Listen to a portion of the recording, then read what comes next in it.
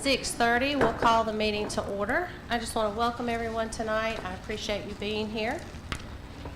Ms. Wilson, do we have confirmation of notice to the media? Yes, ma'am, they were notified. Okay, and I do declare that we have a quorum with all board members present. And now we can, if you would, we'll need a motion to approve our agenda. I make a motion to approve the agenda. Second. Thank you. Any discussion regarding the agenda? All those in favor of approving the agenda as is, raise your hand. That's unanimous. Thank you. We'll move forward. And now we'll do our Pledge of Allegiance. Please stand. Pledge allegiance to the flag of the United States of America and to the republic for which it stands, one nation, under God, indivisible, with liberty and justice for all. Thank you. Okay, and now we need to move forward with approving our minutes from the March 28th meeting. I'll make a motion to approve the minutes of the March 28, 2022 meeting. Thank you. Second. Thank you, Mr. Varner. Any discussion? All those in favor of approving the minutes for the meeting on March 28th, please raise your hand. That's unanimous. Thank you. We will move forward. And up first is Mr. Littlejohn from Lawrence Elementary.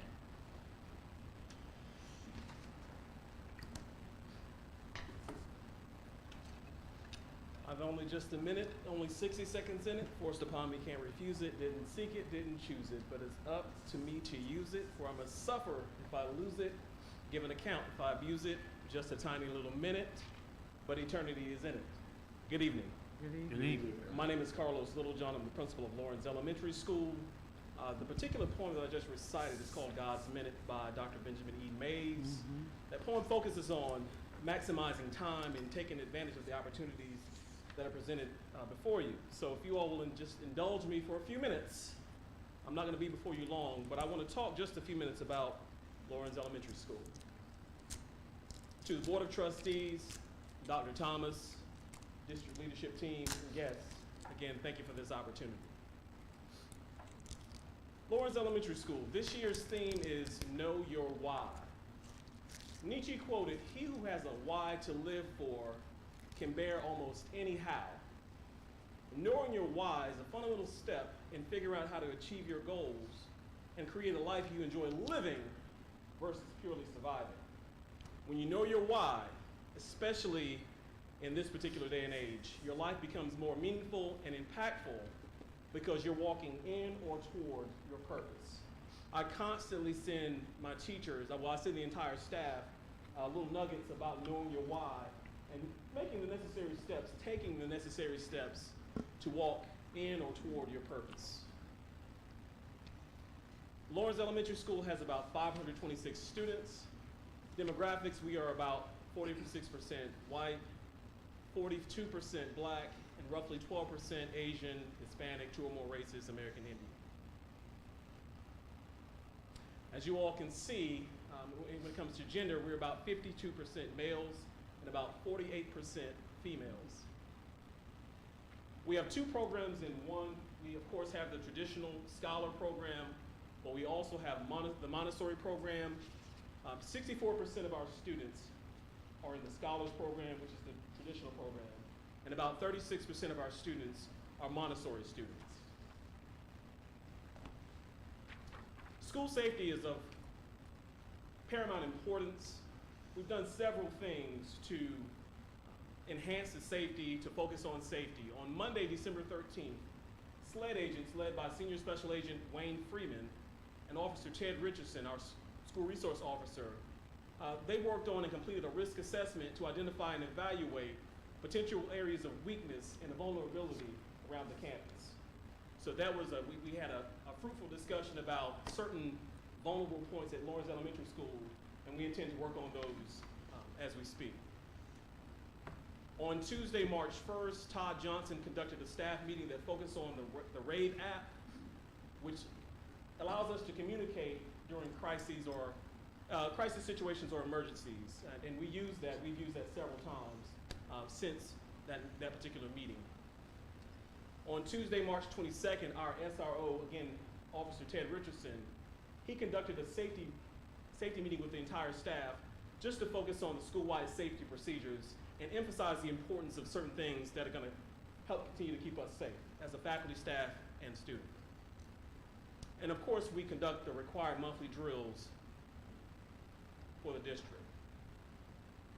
We also focused on, in addition to safety, strategies that are going to focus on and promote high-quality instruction.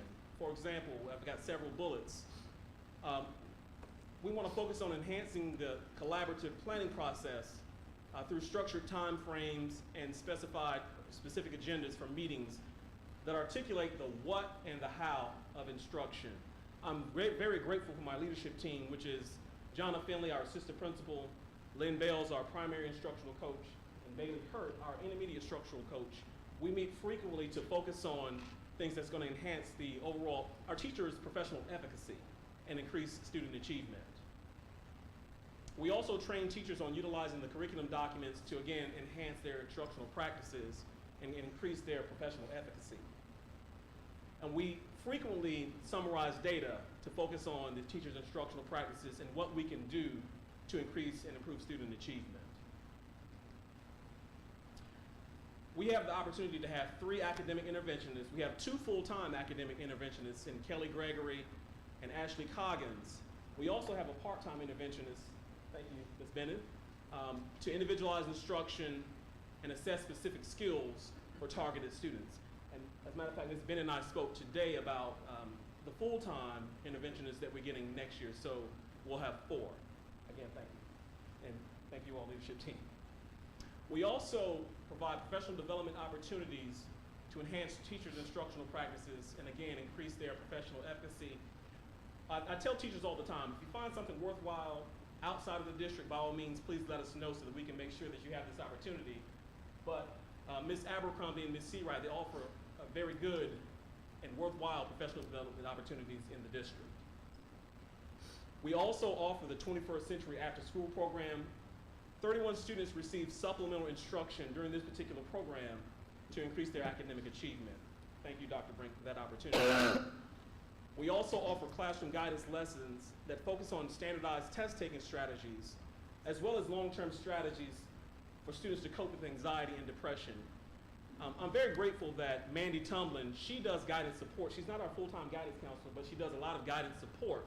And she has an intern, and these ladies have intentionally and deliberately focused on test-taking strategies and also focusing on anxiety and depression. So I'm very grateful for them for doing that. When it comes to student achievement, if you take a look at our fall to winter results on the MAP reading test, there's been increased achievement across the board. We were talking today about the spring results, and we've also seen increased achievement in reading as well.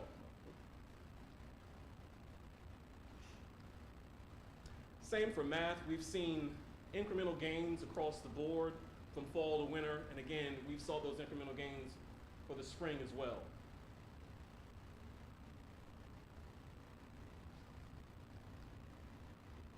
Lawrence Elementary School at a glance. I'm going to pause for a second. You all are going to watch a video, roughly a 2-minute video that highlights some of the things that we've been doing at Lawrence Elementary School this year. So if you'll indulge me just for a couple of minutes.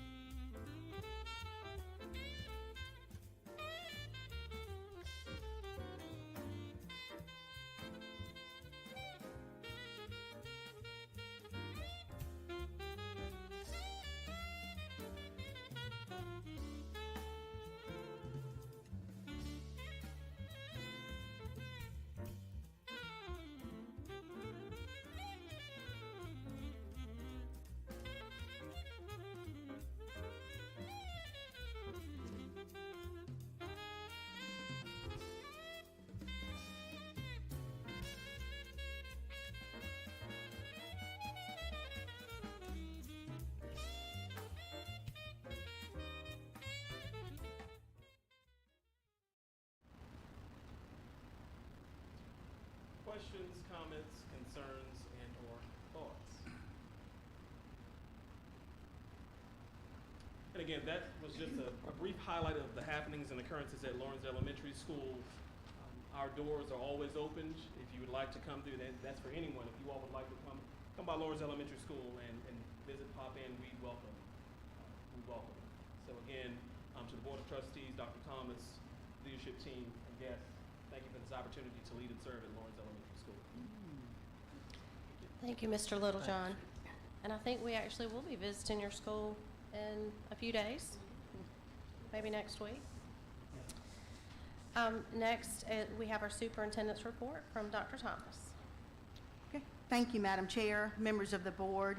It is with great enthusiasm that I share information about the wonderful things that are happening in our district as we continue to work hard to empower and inspire all to be educated and informed. We also continue to use our strategic plan to guide our efforts in instruction, staff development, facilities, family and community engagement, and fiscal responsibility. Our theme this year is Be a Champion for Every Child, Every Chance, Every Day. Thank you to our students, families, and staff for all you do and for aspiring to be a champion. The safety of all students and staff continues to be a major priority in Lawrence County School District 55. We're in the process of conducting safety audits and facility studies that will help to provide information needed in determining areas of improvement.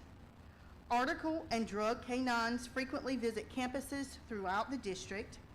District officials and law enforcement agencies have reviewed district safety protocols and determined strategies to help strengthen safety at school campuses. One of the recommended strategies is the addition of 2 canine article dogs that will always be at ready, available, and present in schools throughout the school district. The cost of each canine article dog is just under $10,000. This cost includes a fully trained dog, 20 on-site training sessions, and lodging for the handler, leashes, and other training materials. Lawrence County School District 55 has a goal to provide 1 canine article dog for Lawrence County Sheriff's Office and 1 for Lawrence City Police Department. In order to do this, the school district is asking for community assistance with covering the associated costs. A GoFundMe account has been established for raising the needed funds. Any additional funds raised beyond the required $20,000 will be directed to our gun safety curriculum for students in grades kindergarten through 12, as well as metal detectors and wands. Our goal is to provide a safe learning environment where our students can thrive. Weapons, bullying, harassment, and violence of any kind are not tolerated. We encourage our parents and guardians to partner with us and to discuss safety with their children. In addition, we ask students, staff, and parents to report any safety concerns as soon as possible. If you see something, say something. If you hear something, say something. On April the 5th, members of the school board and I spent time visiting various schools throughout the district. We have another round of tours scheduled for May the 2nd. Lawrence 55 was well represented at the Greenville Drive game yesterday, April 24th, for the celebration of our Reading All-Stars. It was a very hot event, but it was also a lot of fun. Congratulations to Sanders Middle School, who won the drawing for the future use of a suite at a future game. We had 6 schools who were recognized during the Greenville Drive game on Sunday. Congratulations to the following schools for being recognized with the Reading All-Stars 2022 Outstanding Achievement Award: Ford Elementary, Lawrence Middle School, and Waterloo Elementary. Also, congratulations to these schools for being recognized in the top performer in the Reading All-Stars Challenge: Sanders Middle, Lawrence Elementary, and E.B. Morse Elementary. Congratulations to all of our Reading All-Stars. Although we're not yet finished with the current school year, we are currently in full swing with planning for the next year, and just plans are definitely underway for the 2022-2023 school year. We are asking parents to please register students who will be entering District 55 for the first time next year. This may be done by visiting the student's zone, school that they are zoned to attend between the hours of 7:30 and 4 p.m. any day this week. And in order to complete the registration, the following documents are required: the child's birth certificate, the child's immunization record, and Medicaid card if eligible. Students currently enrolled in the district do not need to register. If there are questions about the attendance zone, that information can be found on our website. Each year, the South Carolina Department of Education solicits the opinions of students, parents, and teachers through climate surveys. While the surveys were online last year, this year the State Department is using PowerSchool eCollect to administer all climate surveys, and that is for teachers, students, and for parents. So teachers and students will take the survey during the school day before May 27th, so that window will be open during that time. And during the week of May the 2nd, students will be given information to bring home to parents about how to log on and take the parent survey. There are 3 options for obtaining the survey. That could be obtained through Parent Portal, a QR code, which will be provided on a student-specific form sent home the week of May the 2nd. Each child will have a different QR code, and also a web address. There will be a secure web address that will be provided on a student-specific form that will be also sent home on May the 2nd. It is a pretty lengthy web address, but we do encourage parents to please give your input and your feedback by participating and filling out the survey in one of those 3 manners. We definitely value the feedback of all of our stakeholders, and we encourage all of our parents, students, and teachers to take the survey by May the 27th. The publication from our Listen and Learn Staff Advisory Group is posted on the district website at www.lawrence55.org. We will have another session tomorrow at 3:45. These sessions are designed to provide a time for open and honest dialogue among participants and school district administrators to allow for input and feedback.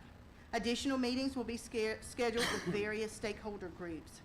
Our Listen and Learn Parent Advisory Group will meet on May the 17th. We look forward to these upcoming meetings to collaborate, to have questions and answer sessions, and to receive input on various topics related to the district. It is very hard to believe that it's almost time for end of the year testing again. Our students in all grade levels will begin the last set of assessments to track their academic process. In addition to the progress monitoring assessments that are happening, state mandated testing will begin the week of May the 2nd. Our 4K students will take PALS testing. Students in grades 3 through 8 will take SC Ready and ELA and math. And 4th and 6th graders will take SC Pass in science. Students in middle school who are in Algebra 1, as well as high school students who are in Algebra 1, English 2, Biology 1, U.S. History, and the Constitution will also take end-of-course tests. Individual school schedules for testing can be found on each school's website. Please save the date for our State of the District event premiering on May the 3rd at 6:30. This event will highlight accomplishments, will share strategic goals and initiatives met. This year, it will be a virtual presentation to share stories of excellence, collaboration, updates, and innovation. At this time, I would like to share a brief video.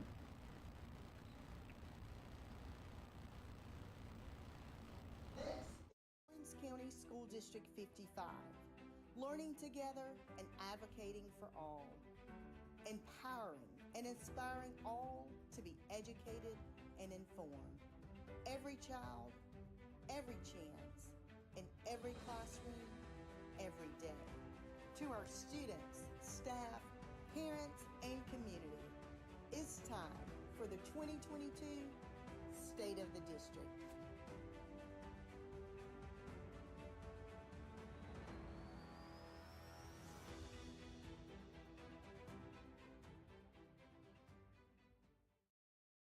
and if you have the opportunity to, please be on the lookout for that. Again, it's a virtual presentation that will premiere on May the 3rd.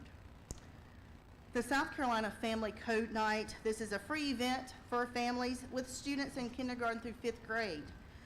Choose from May 3rd or May 10th and participate in live computer science activities and puzzles for children.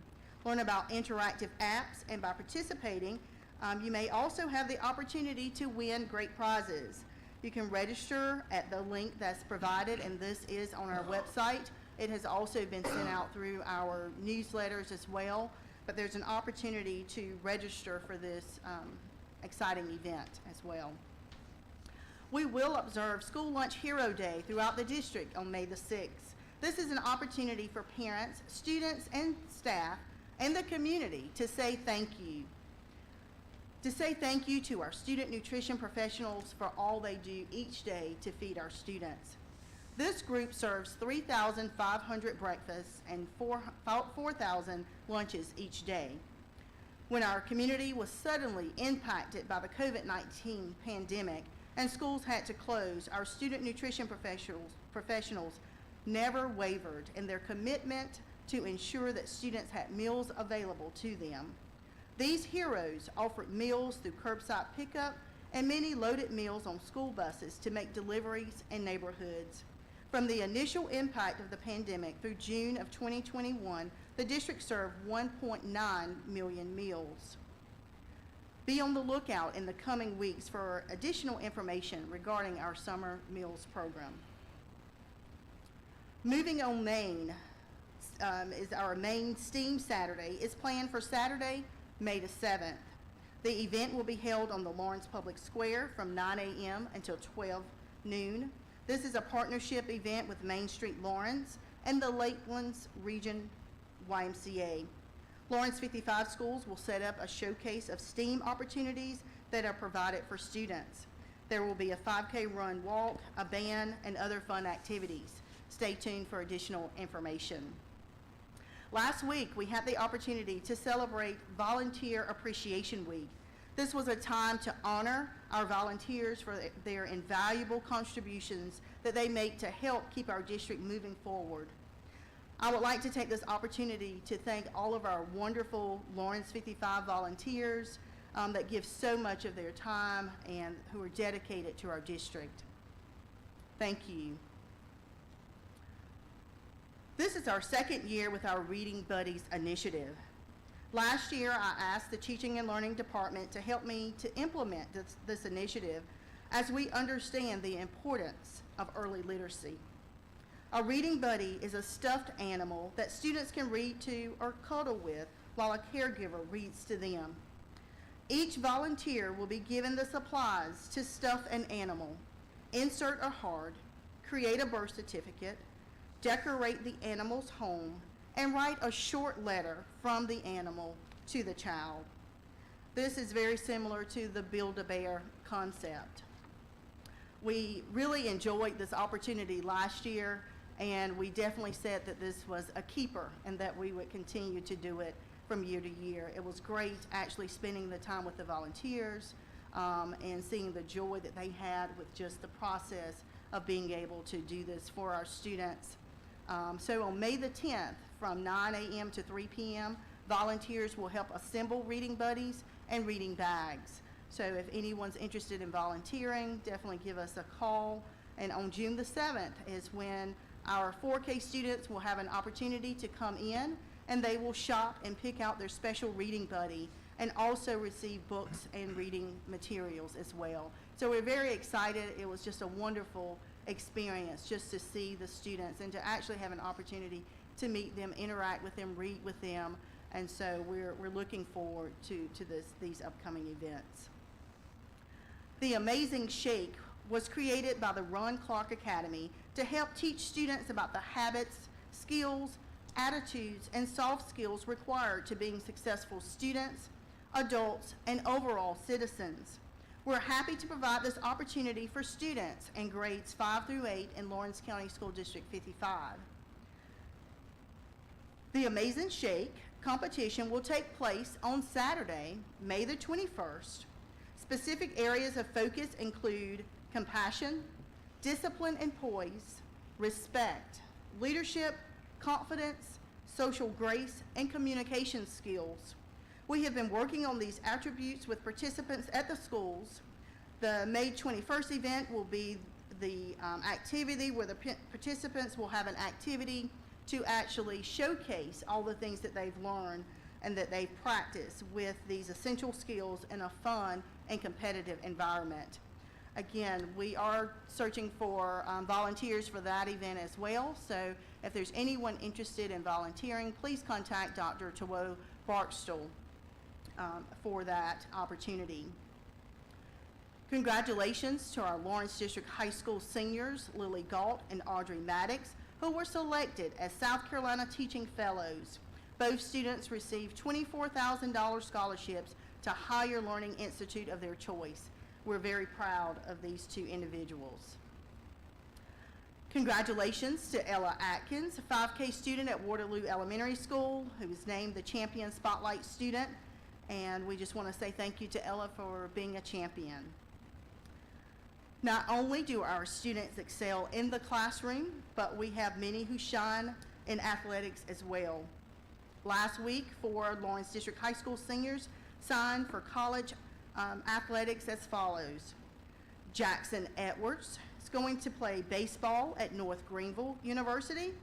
Parker Clark is going to play baseball at Cleveland College. Isaiah Burnside will play football at Limestone University. And Cole Lawson will play football at Erskine College. Again, we're very, very proud of these students, and congratulations for their hard work. As always, I encourage parents and guardians to be sure that the schools have their correct contact information. We do try to send information out to keep our stakeholders informed. So if you're not receiving communications from us as far as newsletters or call alerts, please contact your school to make sure that we have your correct information. I also encourage all stakeholders to remain informed by checking the district website. Our Twitter and Facebook pages often. Once a month after school board meetings, we publish the Times in 55, and this is published to the district website and sent out to all parents and staff. And a newsletter is sent out to parents and staff each week. Table Talk is also distributed each week as well. This concludes the district updates portion of my report. Are there any questions? Okay. I would now like to ask Ms. Abercrombie and Dr. Harris to share updates from the Teaching and Learning Department.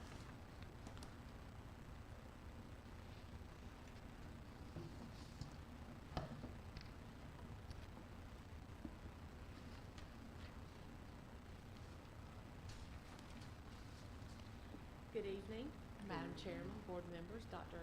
Thomas. Thank you for this opportunity to come and share with you just some updates from the Department of Teaching and Learning. And I'm going to review some of the things that Dr. Thomas has already shared with you, but give you a little bit more information on some of those. With our early registration, as Dr. Thomas said, we've had a push in January to try to go ahead and have parents to start thinking about and planning for this next school year.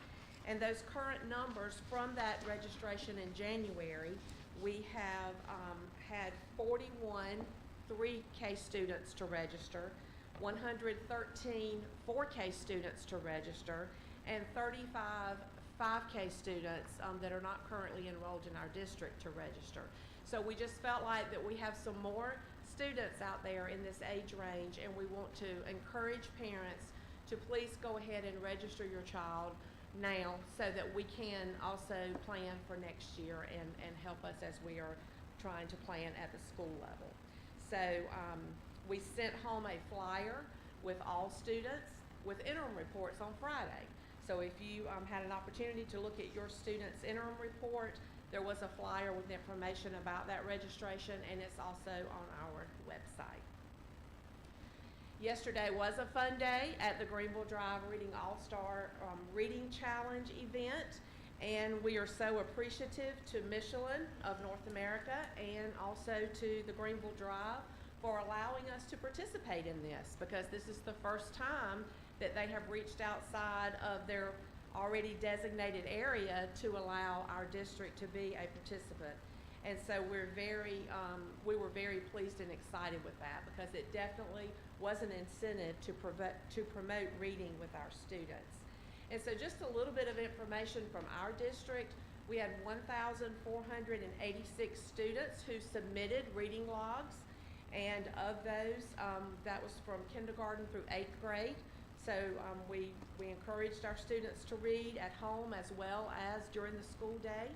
And as Dr. Thomas has already shared, the top 3 schools in our district were Ford Elementary, Waterloo Elementary, and Lawrence Middle School. And another little interesting fact was last night, or yesterday afternoon, our very own Miss Laurie Seawright Counterman got to throw the first pitch across the plate. So it was a fun time for all of our schools were represented, and it was just a great experience that we hope to continue for future years.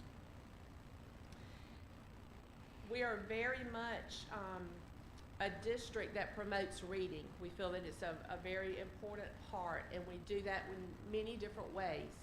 And so last year and in the fall of this year, we had one book, one district, and we focused on elementary and middle schools. Our next book that we're going to focus on as a district is by John Maxwell. Sometimes you win, sometimes you lose, you learn, for teens. So this book we are going to do with all of our 9th graders at high school during the month of May. And each student will receive a book, and it really is just a book about staying positive and turning obstacles into opportunities. And so I'm not going to read the book to you, but I would like to read his dedication page. So when he decided to write this book, he dedicated it to his very own grandchildren. And he states, as you grow toward adulthood and experience mistakes, problems, and failures, remember that everyone loses. Get up more times than you get knocked down, and try to learn from every loss.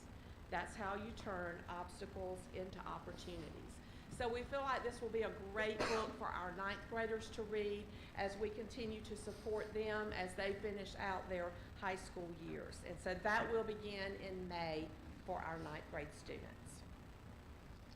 And then Dr. Thomas shared about the book buddies. There are a few pictures of the event from last year. And again, we do need volunteers. It does take a little time to do all the stuffing, and so we just wanted to push that out to encourage that. And that will take place in this room on May the 10th.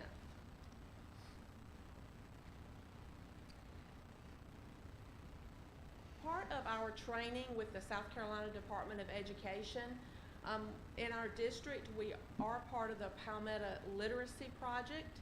And so we do have 4 schools that fall into the Palmetto Literacy Project. And that is E.B. Morris, Ford Elementary, Gray Court Owens Elementary, and Waterloo Elementary. And so these schools, all 4 of these schools, for the next 2 years, will be going through letters training. And you might hear teachers talk about that, or you might hear about that in the community. LETTERS stands for Language Essentials for Teachers of Reading and Spelling. And this is a 2-year coursework that we will do together with all of our kindergarten through 3rd grade teachers, special ed teachers, instructional coaches, and administrators in those 4 schools. And during this process, we will just be looking at the process of reading, the science of reading. For the first year, we will be focusing on phonemic awareness and phonics.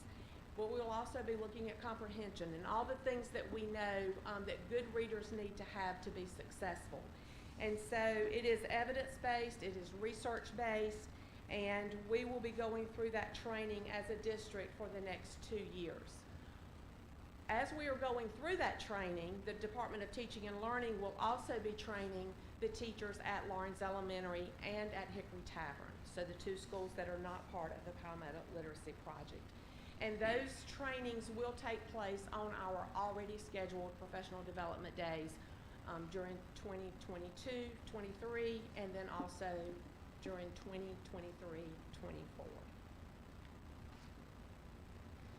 We're excited that this year we have reached down to our elementary schools and asked them to become a part of the Junior Beta Club.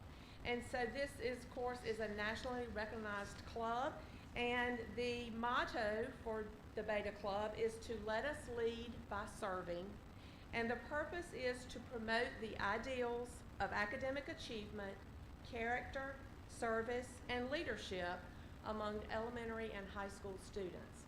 And so with the Junior Beta Club, that reaches our 4th and 5th grade students, and we have had all of our schools to apply. Most of our schools have had their induction ceremonies. We still have a few schools that have some scheduled in May. As of today, we have 174 4th and 5th grade students inducted into our Junior Beta Club. So we're really excited about this opportunity for this age student. The eligibility requirements are that they are worthy, moral, and ethical, and they have a commendable attitude, as well as having academic achievement with A's and B's in all 4 of the content areas of ELA, math, science, and social studies. Dr. Thomas shared about our STEAM event. We're very excited about this. We are networking with Main Street Lawrence and the YMCA with Moving on Main. And so on May the 7th on the square, we will have all of our schools will be showcasing all of the wonderful STEAM things that have been going on within their school buildings. And we will have 3 sides of the square that will be completely filled with all Lawrence 55. So we would like to encourage you all and the community to come out and join us on that day. At 9 o'clock, the Moving on Main will have a 5K run. That information is on their websites. We sent home flyers with interim reports with information concerning our STEAM activity. And if you have any questions, we also have that posted on our district website. And at this time, Dr. Harris, I'm going to turn it over to him, and he is going to share about our summer programs.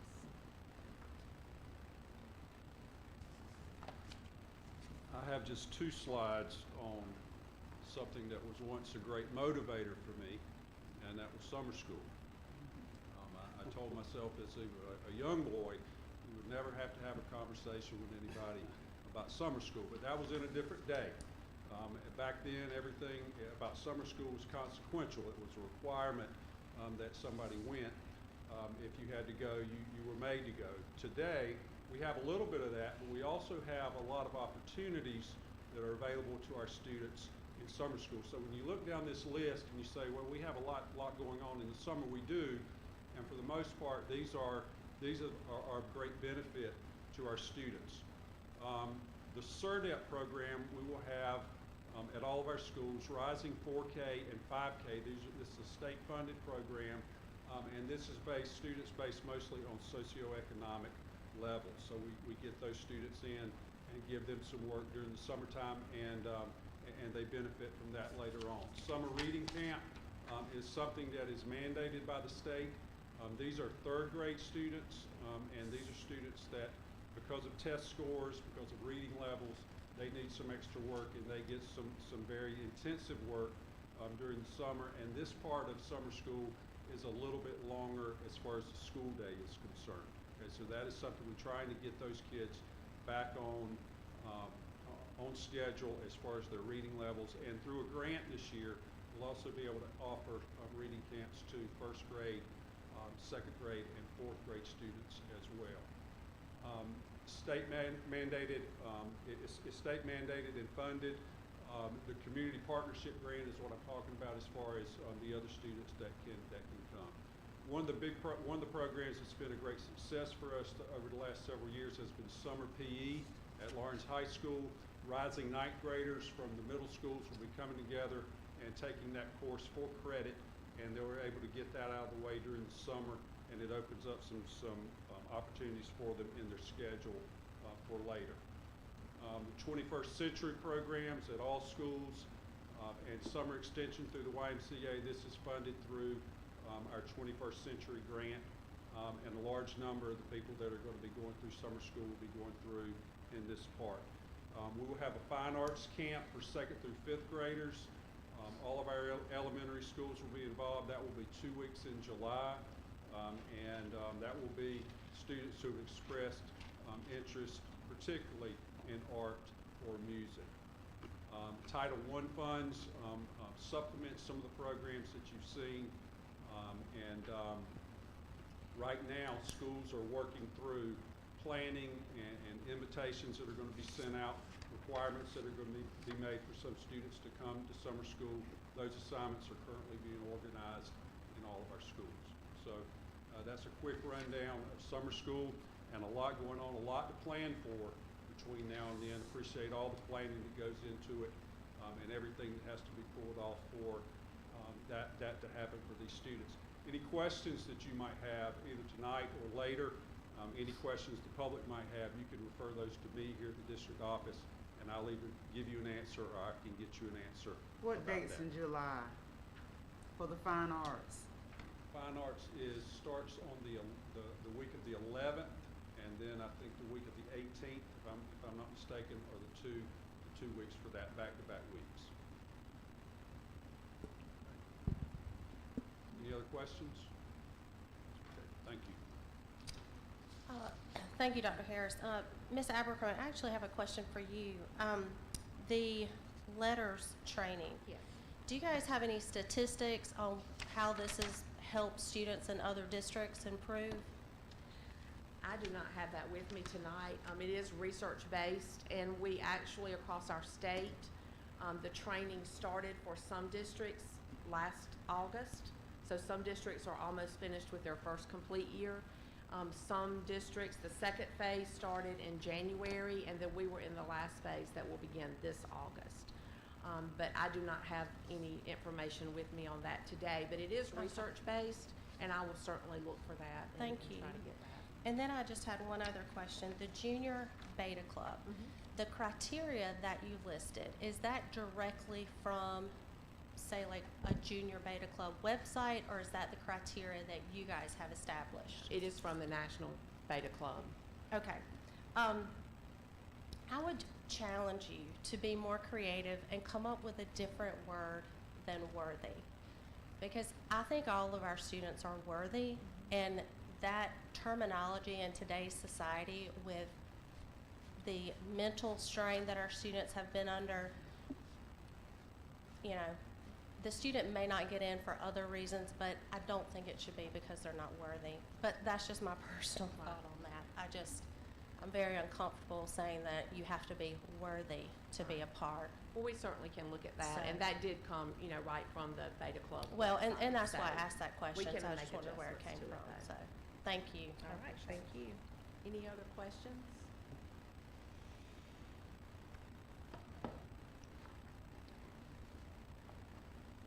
Thank you, Ms. Abercrombie and Dr. Harris. Also, just want to point out that the letters training that is being provided is something that we are required to do from the state, so it wasn't a professional development that we chose, but it's something that is required by the state for us to offer. So now, if Dr. Anna Brink would come forward for the 2022-2023 Federal Programs Report and authorization to file. Good evening. I hope you all are doing well. I know that Ms. Wilson has provided you all with our federal programs planning guide, and usually by this time I have a general idea, particularly with our Title I funding, what our allocation for next year will be. They kind of squeeze that in at the end of April, but they haven't quite sent that to us. So what you have in front of you is our allocations from the last 2 years that we've been tracking. I know Dr. Penland during your budget session talked to you about a little bit of our drop in enrollment. So if you see any of our federal funding change a little bit, go down, our allocations go down, that it will be a direct result of any kind of student numbers. And if we have enrollment go back up, some of our Title I funds, you'll see that allocation increase when we get that money again.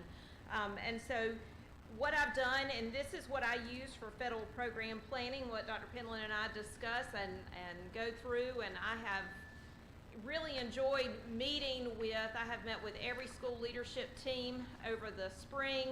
I have met with a stakeholder group that represents lots of different entities in our district, and I've met with our district teaching and learning department. I've also met with Dr. Thomas and Dr. Penland.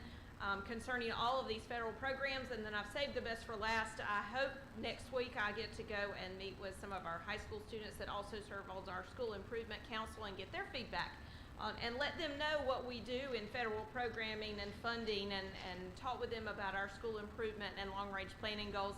And it's probably they're probably gonna go, what in the world are you talking about? But I really want them to understand what we do in our district and how we provide funding for them and get their feedback and hear from their perspective. And so that will round out our perspectives and our feedback that we do in the spring as our needs assessment. So you have just a one-page planning guide that we use and plan with each year. And so if you have any questions as we plan, I will be happy to answer them tonight. I simply will need authorization for myself, Dr. Thomas, or someone else, her designee, to file on behalf of our school district for federal programs for 2022 and 2023. Who is the leadership team comprised of in the schools? Yes, ma'am. It was the principal, the assistant principal, guidance counselor, instructional coaches. It was really kind of left up to the principal, but they were given basically kind of what you're seeing in front of you and asked to get feedback from their teachers and bring any and all information that they wanted to bring to the table to give us feedback from. Because I just wanted to make sure the principals, were aware of what they have, as well as the Absolutely. teachers and their input, because I know change always comes from the top down, but sometimes Absolutely. it helps to come from the bottom I heard up. you last year, and Thank I you took very it to much. heart. Appreciate that. And I Thank you very appreciate much. it. Yes, ma'am.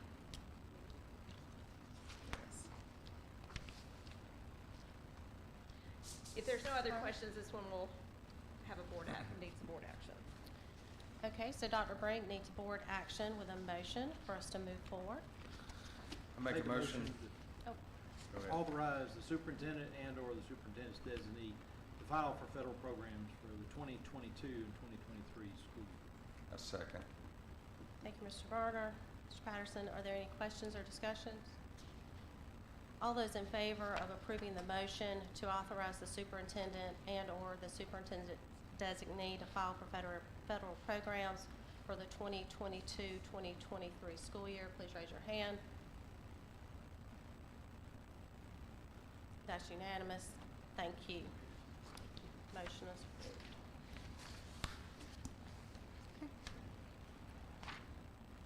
Thank you, Dr. Brink. This concludes the superintendent's report section of the agenda for this evening. We'll move to board operations, and we have Ms. Renee Madden to discuss the first reading of policy GCCAAA.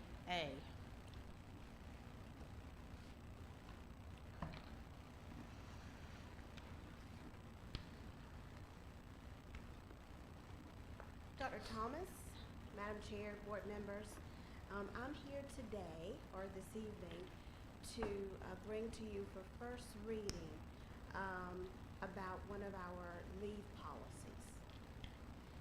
In the HR department, we've discovered that the previous process for the donation of leave seems to be better for our district if we use the program that we had previously. So I'm requesting to replace the current sick leave donation program that was adopted in 2019 with the previous shared leave donation program that was approved by the board in 2010.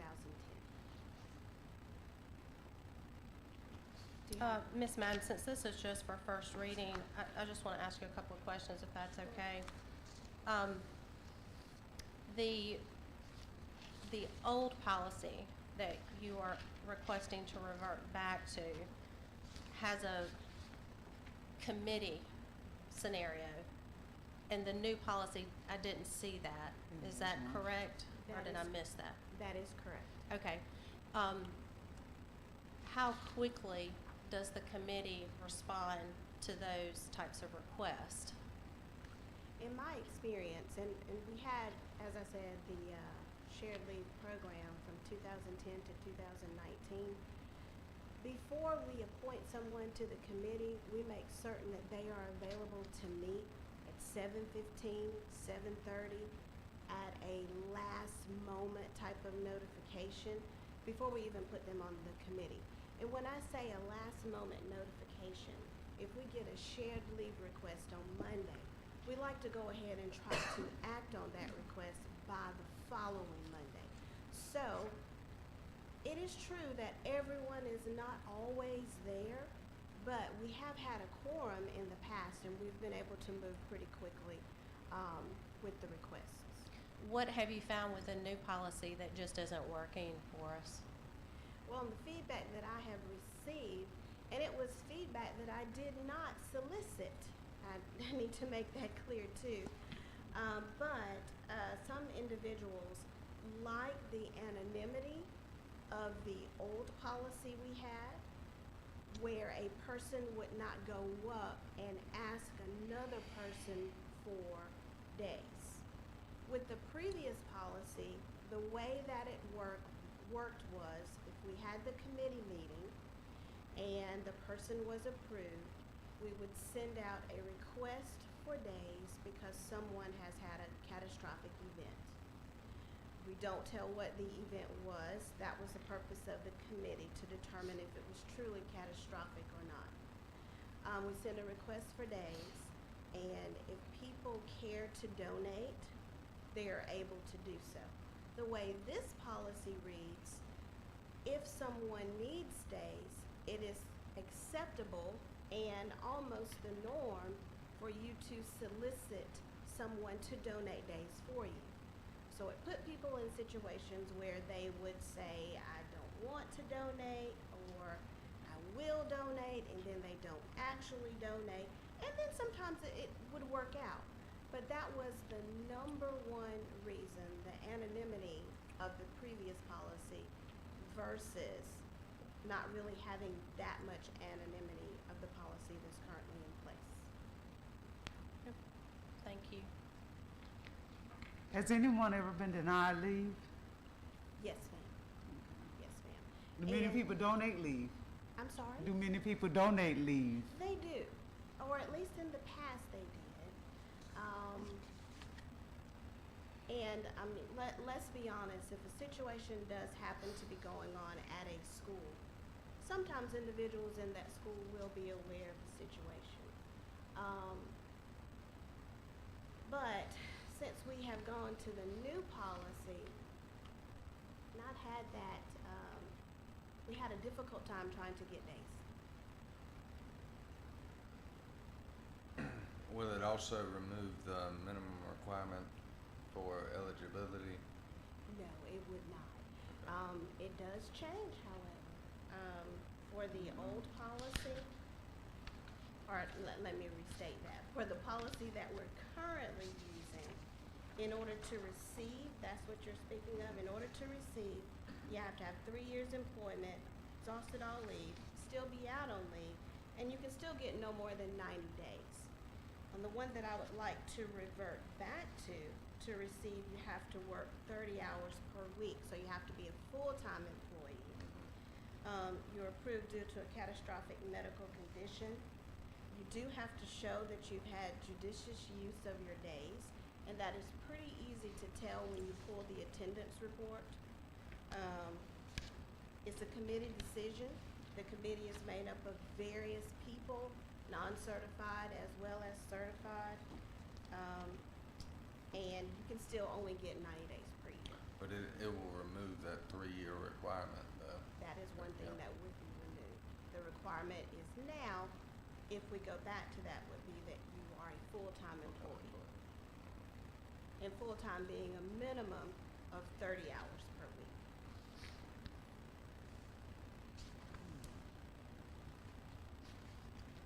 Thank you, Ms. Madden. Next, we're going to move on to Mr. Rawl, and he's going to talk about SLED and safety. Thank you, Madam Chair, and Dr. Thomas. Mr. Carpenter has encouraged me to be brief, so I will be. And I do think we have a slide, if you can throw that up Yeah, there. I've got one slide. If not, that's cool. I can kind of wing it. Mr. Littlejohn mentioned in his presentation, Senior Agent Wayne Freeman at SLED, and Wayne is a former colleague of mine and also a real good friend, and I reached out to him to see kind of what services and resources SLED might be able to offer the school district in regards to school safety. And there's a whole laundry list. I'll read through them since I don't have my slide here, but legislature compliant active shooter training, special needs support training for violence in schools, bleeding control training and program consultation, physical security assessments at schools, policy and procedure review, reunification training and support. None of these services are ever charged for, and they've actually helped school districts build their reunification teams. I talked to Wayne briefly and told him we were in the process of talking about things like metal detectors and cameras and other security measures, dogs, and he really suggested that we have SLED come in and do physical assessments on each individual school. Every school's different. Every school's got weak spots, and we get with the SROs and let the SROs take the SLED agents around and let them review. He said, there's no reason in buying really expensive equipment if you don't utilize it the correct way and you don't have your people trained to use it the correct way. So that was the first thing that he really kind of drove home, was physical security assessments, which is what he and Ted Richardson did at Lawrence Elementary the other day. But they've offered to do that for each school in the district. And then the other thing was reunification training, and there's an exercise next Friday, May the 6th, and they've offered us 10 seats as a district to participate in that. I wasn't really up to speed in exactly what reunification meant, and I don't know if you guys are, but we witnessed it in Greenville County a couple weeks ago when they had their shooting. All the kids in the school were evacuated to one of the big churches, and the parents were able to pick them up there. And that kind of serves two purposes, because when you have a critical incident like that at a school, it becomes a crime scene. And so you have to preserve that crime scene, but you also have to reunite the children with their parents in an orderly fashion. And I don't know that we've got a mechanism in place in our district to do that.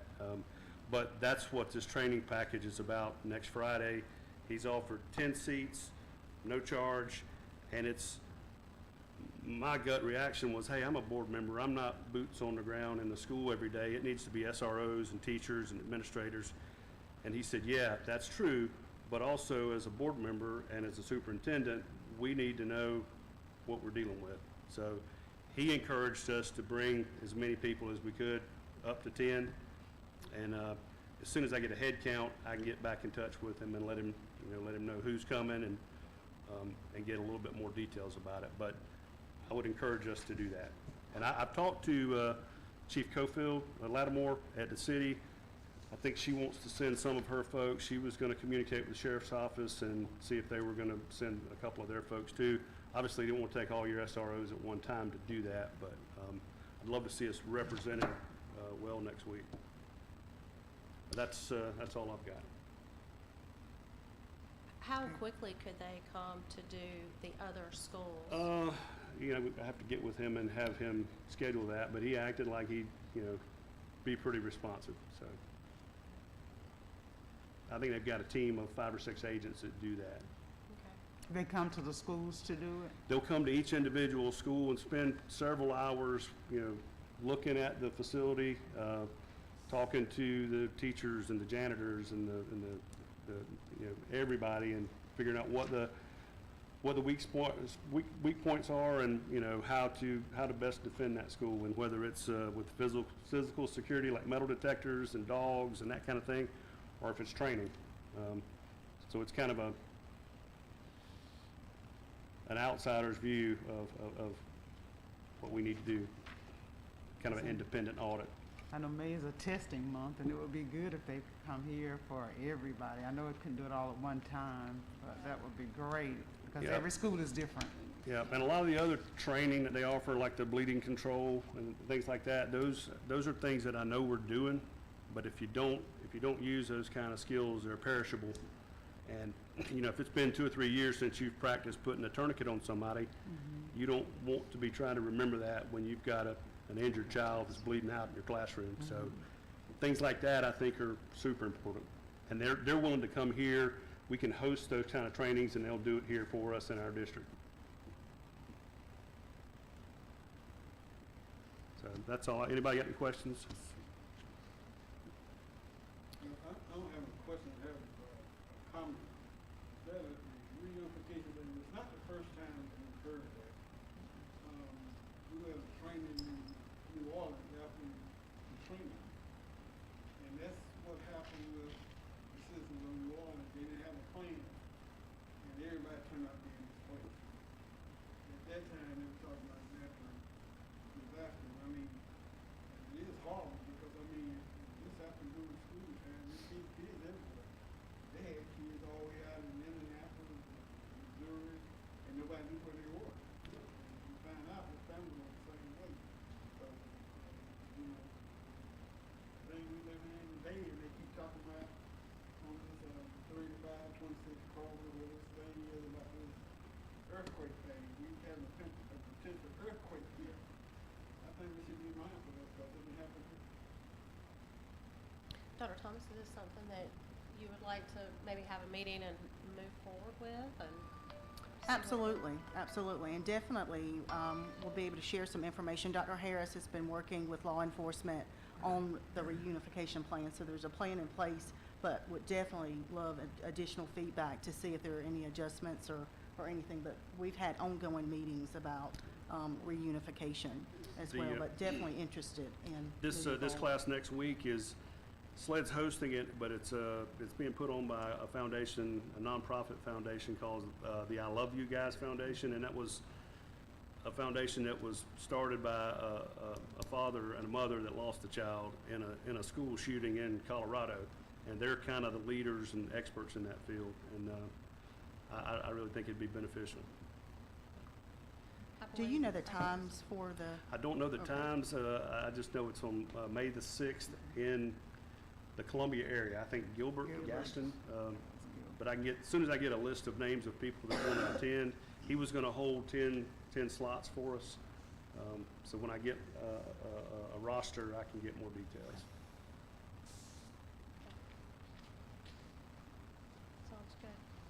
And Madam Chair, Yes, ma'am. I did make a really beautiful slide that, I had sent to you all. Right, yes, we saw That's it. completely, it was in my drafts to send, and I certainly apologize for that. That's Yeah, okay, that's no okay. problem. That was me, I apologize. Well, when the whole board did receive the information, and just a bullet point list, just to inviting them to come to the meeting on May 6th, so, they do have it in writing somewhere, so not on the slide, so no problem.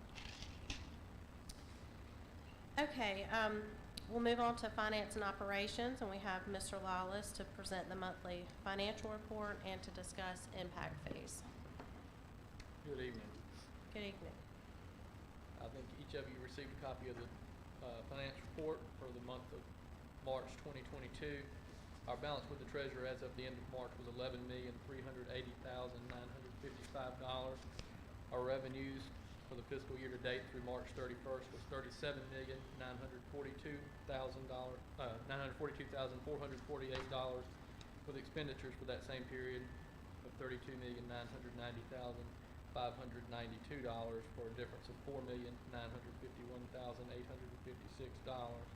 And our collections, tax collections for the month of March were $1,351,314.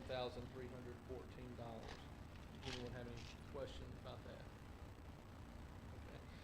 During our budget work session today, we received information from her presentation by Mr. Theodore DeBose with Hainsworth, Sinkler, and Boyd on the topic of development impact fees.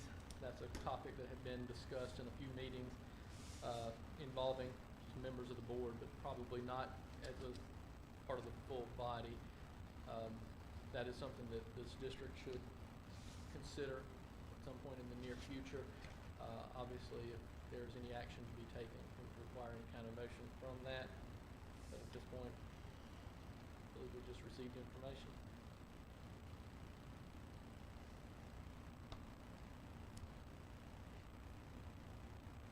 All right, anybody have any other questions? No, I don't have any questions. I do think impact fees is something that we should consider, and go ahead and allow you the opportunity to kind of do the work to see what it comes up to. So, Okay, well, and I can go back with Mr. DeBose again, but it seemed like the very first step would be to commission that study. right, and I do believe Dr. Thomas mentioned that the study that's currently ongoing from the facilities perspective includes all the bullet points that they're looking for? Well, I'm not sure if it's all the bullet points because I'm not as familiar with all of the expectations for the impact fee study, but we can definitely do a comparison and get some additional information from who is currently doing our facility study to see if they have any information or background with impact fees, or look at other companies as well. But I can't say that it would have all the bullet points because I just don't know what all is required, but we can definitely pursue getting additional information. Okay. And would you like board action in order to be able to move forward with that? Yes, I think board action would probably be necessary if you all would like to pursue moving forward with impact fees. Okay.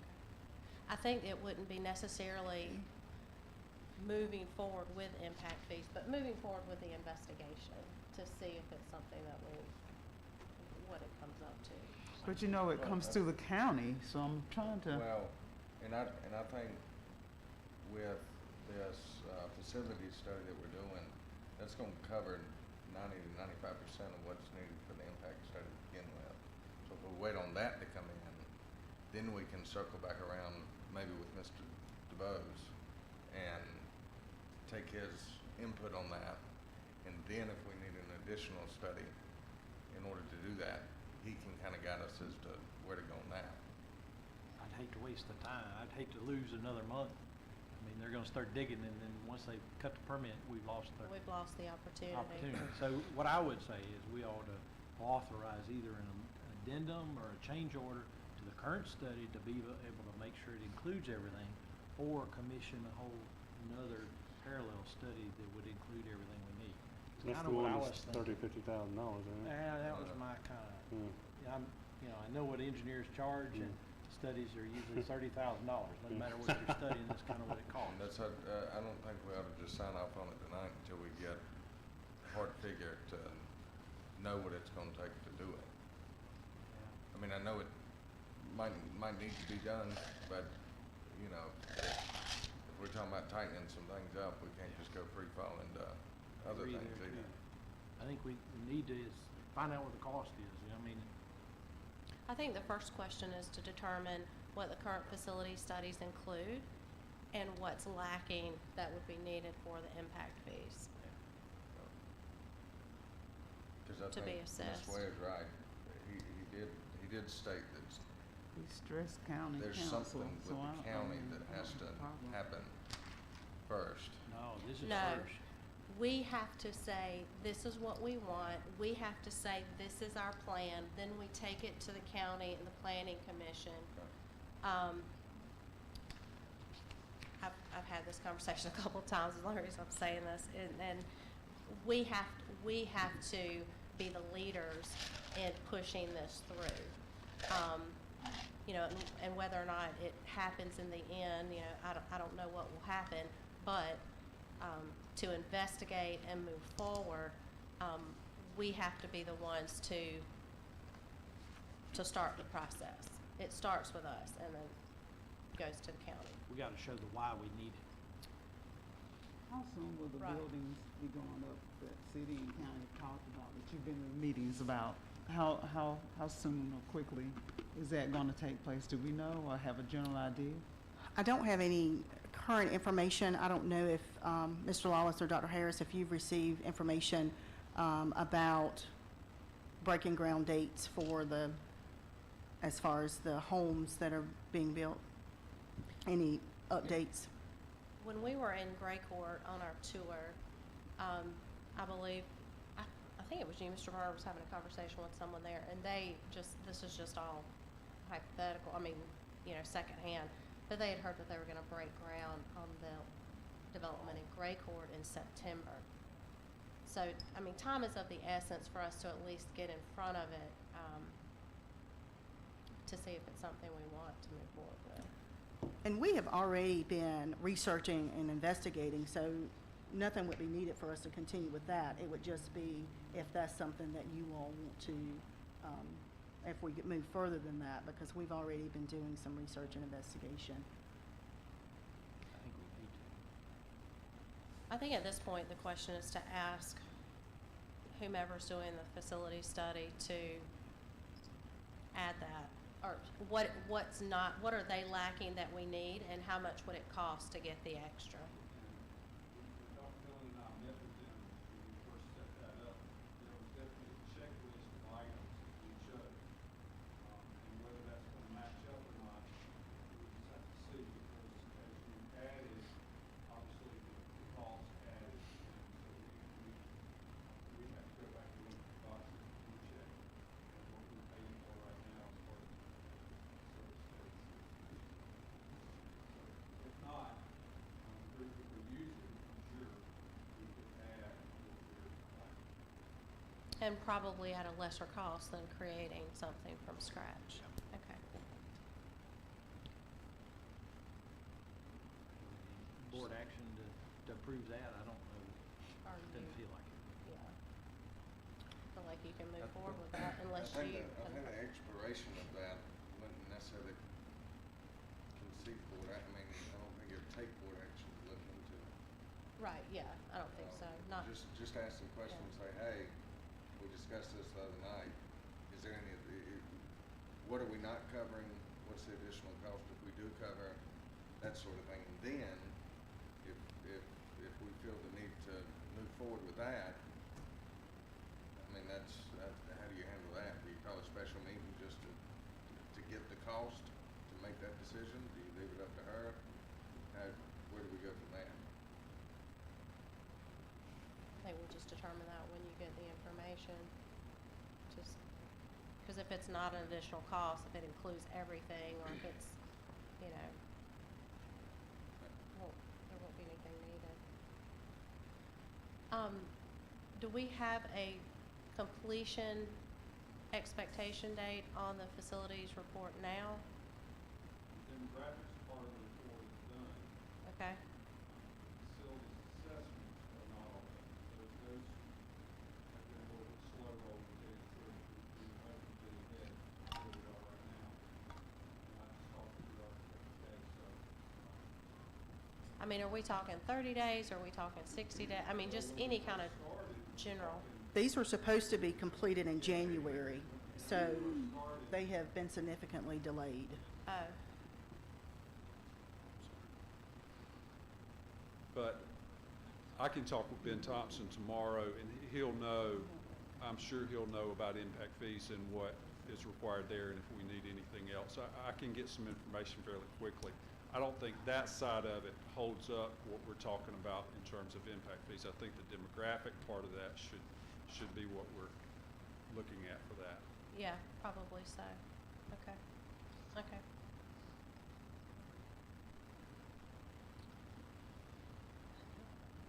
Okay, well, at this point, we'll just move forward with gathering the information from the current study. And if we have to have a call meeting, we can have a call meeting to go ahead and include the impact. It seems like another company or something would have to do it anyway. I mean, it's the difference between a facility study and an impact fee that you're gonna be imposed, because that's gonna take on property as well as, I would think, water and sewer and all of those other things it encompasses. So I'm not sure if it's all in the same category either, so. It's like breaking ground in a new development, so anything that goes with that new, and how much is the developer going to input into it? So it's a lot of whys to me. I don't know, I might be all off course, but that's what it looks like to me. The study that's currently being done, is that future demographics, current demographics?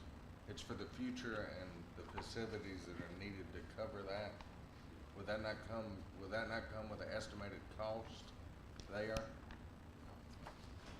And as part of the facility study, they're also looking at space we currently have and if there's any ways to better utilize space, if there's zoning issues, if there's, you know, they're gonna look at it from multiple different ways, as in, is there reconfiguration of grade bands? You know, they're look at everything whenever they're coming back with a proposal. So there's multiple pieces to that too. It just seems to me that the difference between possibly that estimate and what it takes to do an impact study is basically the change of a head count, really, is the way I took it earlier, is, you know, the facilities and what that's gonna take, you know, in all honesty, it should be the same head number because we're gonna be counting students, not necessarily families, correct? You're counting students based on projection.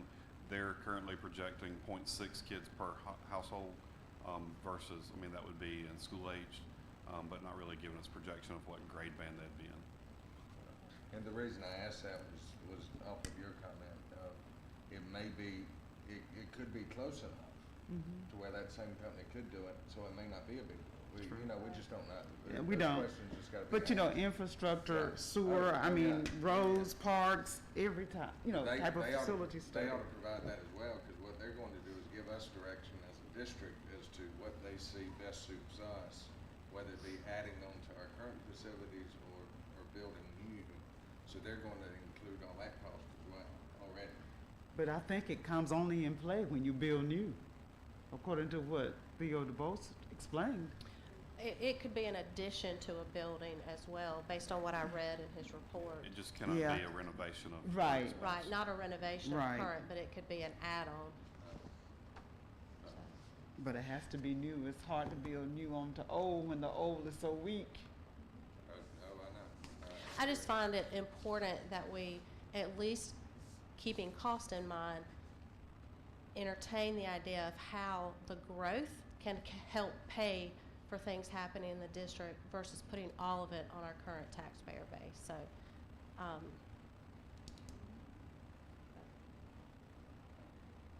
I could just make a recommendation if you wanted to make a proposal of allowing expenditure up to a certain amount.